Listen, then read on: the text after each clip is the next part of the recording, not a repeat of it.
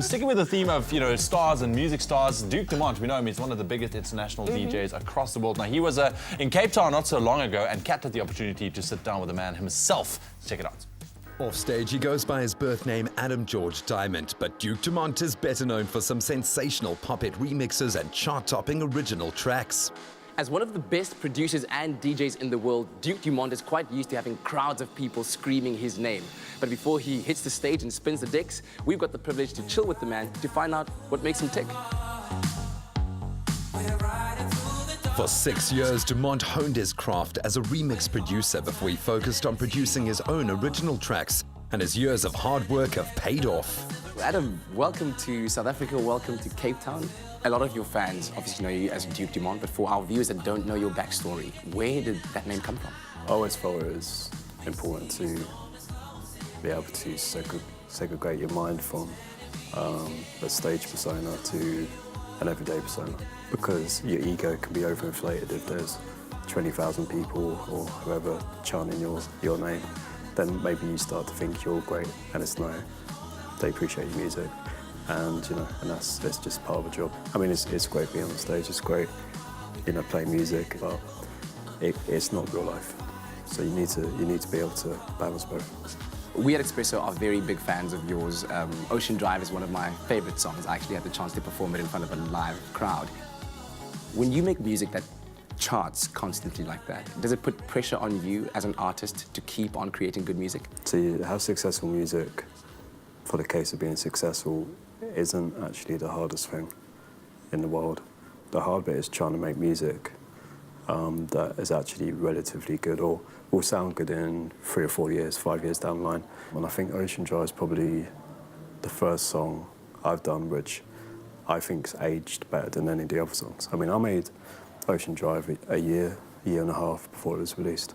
And it still sounded relatively fresh when it came out.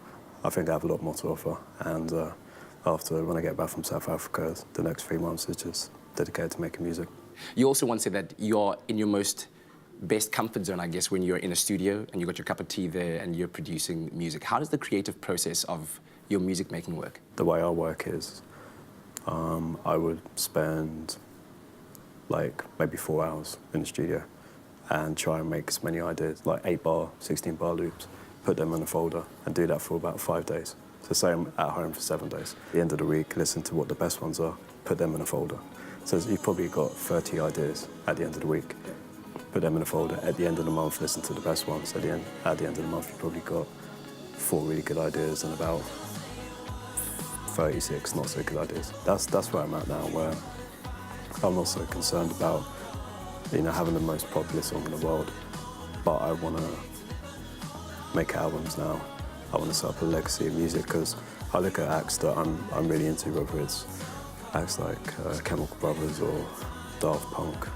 They've got a legacy of music behind them, and I just want to, stop doing as many shows as I do and concentrate on the music now.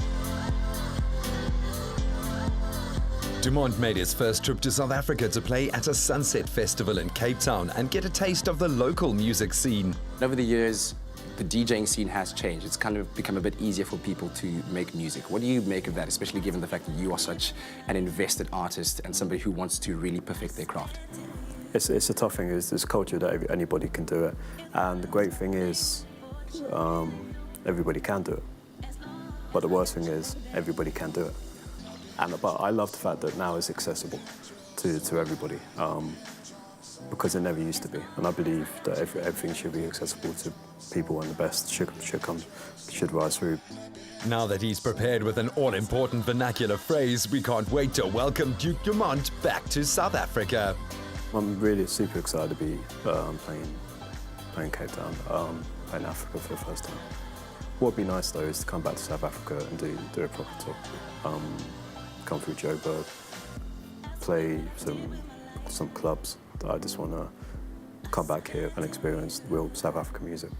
So, of course, we want to leave you with a gift from South Africa. We are known as the Rainbow Nation because of our diverse cultures, and, of course, language is one of those things as well. And isiXhosa is one of our home languages here in Cape Town. What do you call me? So, Let's say that again, because in English it sounded like a rude word. isiXhosa. Say that again. isiXhosa. There's no way I'm going to be able But to don't say. worry, what I want to teach you to say is, hello, Cape Town, Okay, I am Duke Dumont. I'll try my best. So you're going to say, I'm not sure about this. so you say, molweni Wolverine, ekapa, Ekapa, ndingu Dingo, Duke Dumont. Duke Dumont. Emoreli, Ekapa, Dingo, Duke Dumont. Dude, that is so good.